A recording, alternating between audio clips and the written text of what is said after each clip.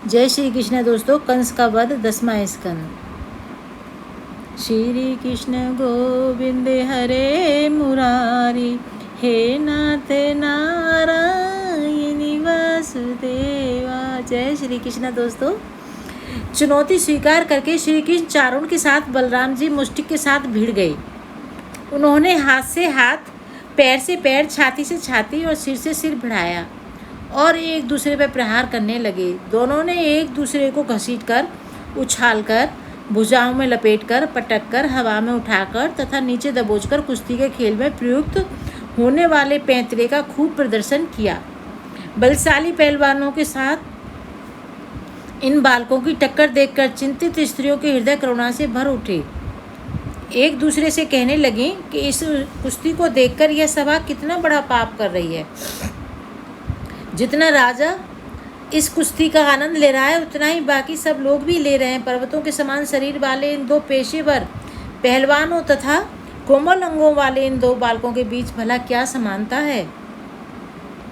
आज इस सभा में निश्चित ही अधर्म का राज है। किसी भी सभ्य व्यक्ति को यह आन नहीं रहना चाहिए।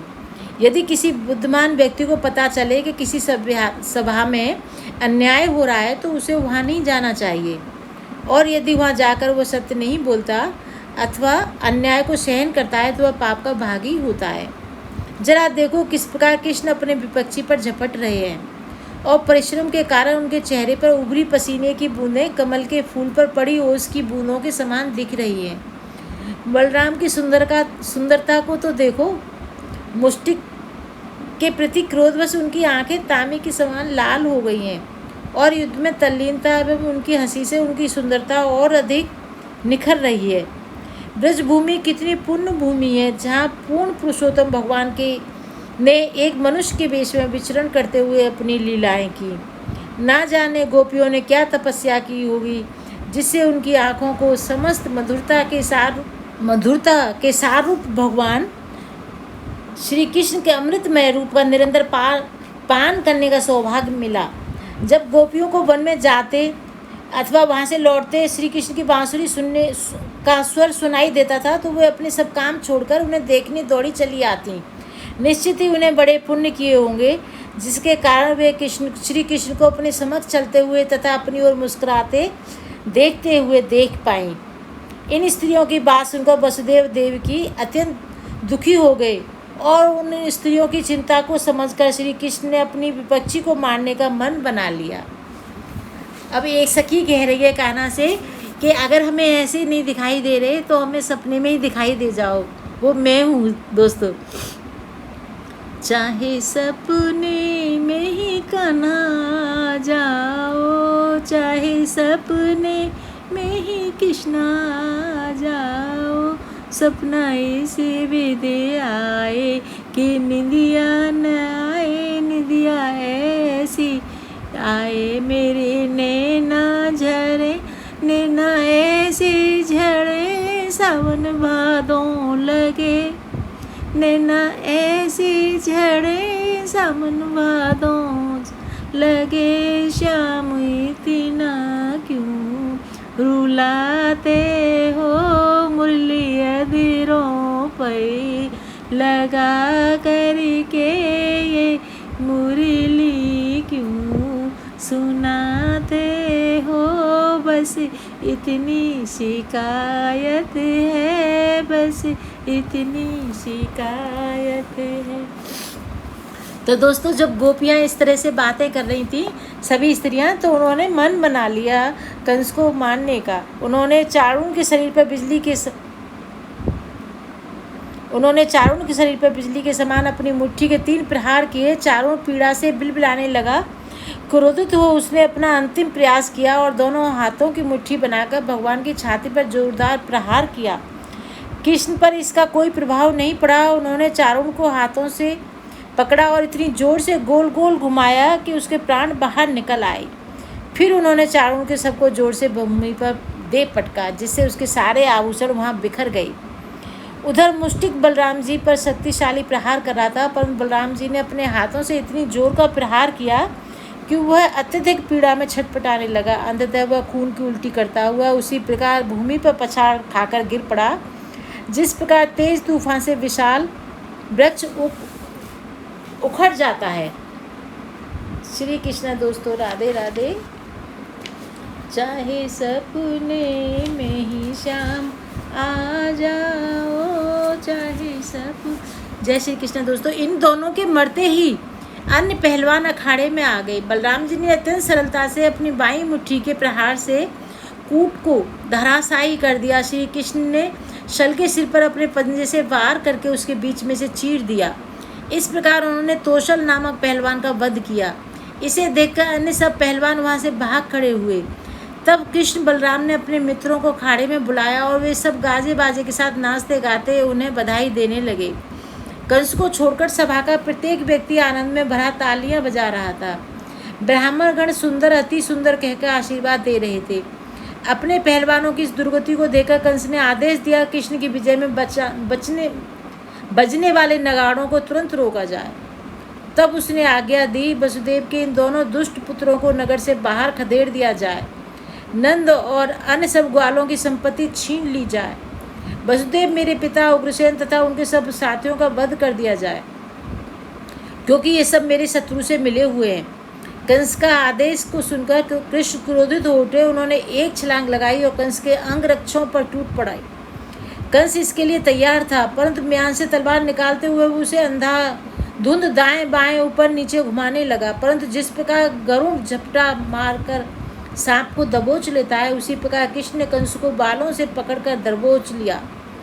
उसका मुकुट नीचे गिर पड़ा और कृष्ण उसे सिंहासन से घसीटकर अखाड़े में ले आए। वे उसकी छाती पर जा बैठे और बार बार अपनी मुट्ठी से प्रहार करने लगे। उनकी मुट्ठी के प्रबल प्रहार से ही कंस के प्राण पखेरु उड़ गए। फिर जिस प्रकार शेर मरे हुए हाथी को घसीटता है, उसी प्रकार कृष्ण सबको दिखाने के लिए कंस के शव को पूरी सभा में घसीटने लगे। चारों दिशाओं में हर्ष की तुमुल ध्वनि गूंज उठी, जबकि लोग शोक करने लगे। कंस सदैव भयभीत रहता था कि भगवान कभी भी आकर उसे मार देंगे। वह खाते पीते चलते सोते अथवा एकांत में बैठे समय भी हाथ में चक्र उठाए कृष्ण को देखता था। निरंतर भगवान का चिंतन करने के कारण वह मुक्त हो गया और उसे बैकुंठ में भगवान के समान ही शरीर प्राप्त हुआ। तत्पश्चात कंस सहित कंस के अन्य 8 भाइयों ने बौखलाकर कृष्ण पर धावा बोल दिया। चूँकि वे सब भी कृष्ण के मामा थे, कृष्ण ने बलराम जी से उन्हें मारने का आग्रह किया और बलराम ने अपनी गदा की सहायता से उन सबको यमलोक पहुंचा दिया। नगाड़ों की ध्वनि से आकाश गूंज उठा और आनंदित हो देवगण कृष्ण पर फूलों की वर्षा करने लगे। देवता भगवान का यशोगान कर रहे थे कि उनकी पत्नियां नृत्य करने लगी। तब कंस एवं उसके भाइयों की पत्नियां वहां आईं और अपने पतियों के शवों का आलिंगन करने लगी। शोकातुर हो वो जोर जोर से विलाप करती हुई अपनी छाती और माथा पीटने लगी।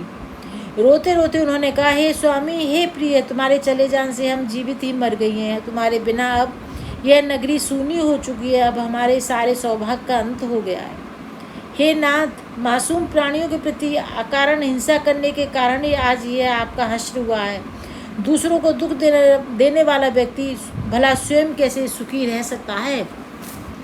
अपनी मामियों पर दया करते हुए श्री कृष्ण ने उन्हें सांत्वना दी, अपने मामाओं के अंतिम संस्कार की व्यवस्था की।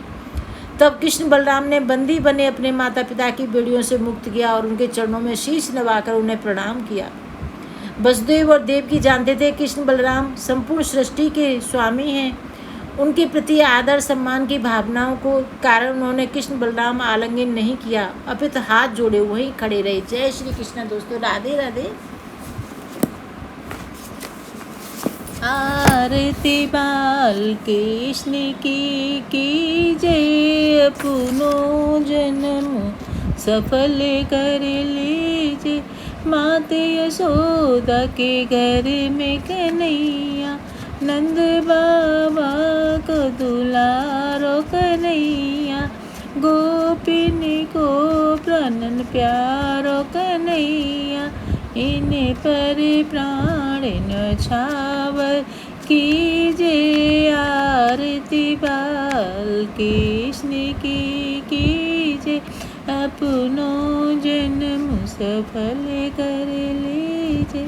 बलदाऊ को छोटो भैया, कनुआ कह बोलत मैया, प्रेम मुदित मन इनको दीजे, आरती बाल कृष्ण की कीजे, अपनो जन्म सफल कर लीजे।